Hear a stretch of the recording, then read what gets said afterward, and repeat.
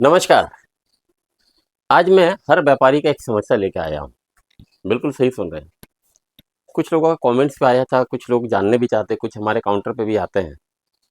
बोलते हैं कि एक दुकान चलाना है, बड़ा प्रॉब्लम हो रहा है, किस तरह के ग्राहक आते हैं, किस तरह से उनको हैंडल करना है, किस तरह का प्रोडक्ट उनके सामने प्रेजेंटेशन देना है, किस तरह का स्टॉक हमें लेके चलना है। ये सब समस्या विशेषकर नए व्यापारियों को आती है, जो इस फील्ड में नए आ रहे हैं, या मान लीजिए जो 6 महीना, 2 महीना, 1 महीना तक व्यापार उन्होंने नया स्टार्ट किया है, तो उनके मन में बहुत तरह के प्रश्न रहते हैं। पैशंस, दुकानदारी का सबसे मूल मंत्र जो होता है धैर्य, पैशंस। देखिए, एक व्यापारी जब एक दुकान स्टार्ट करता है ना, तो ये मान के चलिए कि आज आपने दुकान स्टार्ट की, कल से आपके यहाँ भीड़ नहीं भी हो सकती है। आज आपने दुकान स्टार्ट की, कल आपके यहाँ भीड़ हो भी सकती है। आपने जो सोचा होगा उससे अच्छा रिजल्ट भी आ सकता है, या आपने जो सोचा होगा उसके बराबर भी रिजल्ट आ सकता है, या उससे कम भी रिजल्ट आ सकता है। तो सबके साथ अलग अलग घटनाक्रम हो सकती है। करना क्या है?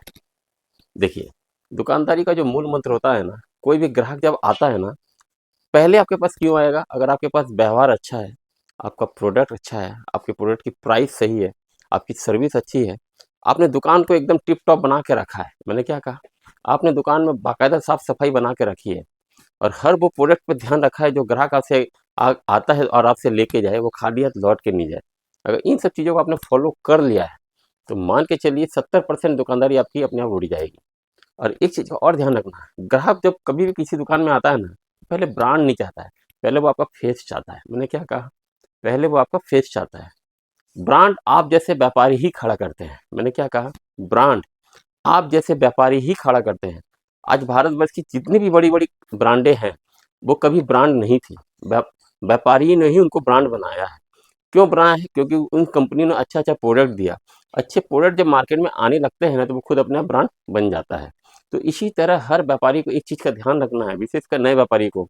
जब आप फील्ड में आ रहे हैं ना, आज आप कुछ नहीं है, लेकिन एक समय के बाद आप भी अपने आप में एक ब्रांड हो जाओगे। जैसे मान लीजिए आप जिस क्षेत्र में व्यापार करते हैं, वहाँ काफ़ी कुछ कपड़े की दुकानें होंगी, जो कोई 5 साल, कोई 10 साल, कोई 25 साल, कोई 100 साल पुरानी होंगी। तो वो अपनी गुणवत्ता के आधार के ऊपर आज वो ब्रांड बन चुकी हैं।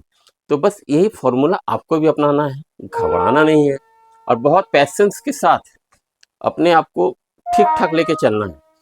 अच्छा, ठीक-ठाक का मतलब क्या होता है? ठीक-ठाक का मतलब होता है अपनी दुकान में हर वो आर्टिकल्स आपको रखना है, जो ट्रेंडिंग हो, फास्ट सेलिंग हो, रुकने वाला आर्टिकल्स ना हो। मान लीजिए आपने केवल बच्चों का आर्टिकल्स का दुकान किया, खाली बच्चों का आइटम बेच रहे हैं, वॉल्यूम अच्छा है तब तो मज़ा है। मान लीजिए बच्चों का आइटम आपने किया एक गाँव देहात के अंदर, एक एग्ज़ाम्पल देके बता रहा हूँ। एक गाँव देहात के अंदर आपने बच्चों का आर्टिकल्स का स्टार्ट किया, लेकिन क्या हो रहा है कि भैया वहाँ ग्राहक क्या चाहता है कि भैया एक छत के नीचे हमको सब कुछ मिल जाए।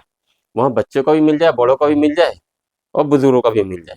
लेकिन अगर वहाँ की पॉपुलेशन कम है, अगर आपने सिर्फ बच्चों का आइटम लेके किया है, तो हो सकता है आपको फीडबैक अच्छा नहीं भी मिले। बड़ों का लेके किया है, हो सकता है आपको फीडबैक अच्छा नहीं भी मिले।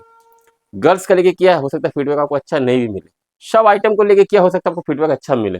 इसलिए वहाँ का माहौल को समझना बहुत ज़रूरी है। मैंने क्या कहा कि आप जहाँ व्यापार कर रहे हैं, उस इलाके के माहौल को समझना बहुत ज़रूरी है।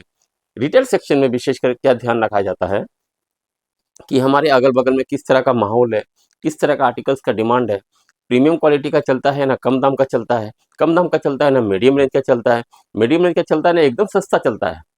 ये पकड़ जिसने कर ली, मान लीजिए उसकी व्यापार अच्छी होने लगेगी। और एक चीज़ का विशेष ध्यान रखना, ग्राहक आपके पास क्या आर्टिकल्स लेने आ रहा है। जैसे दवाई दुकान में क्या होता है, जब उनके पास दवाई नहीं रहती है, तो वो डायरी मेंटेन करते हैं और उसको वो अरेंज करते हैं। हर कपड़े को व्यापारी को भी एक डायरी अरेंज करना है।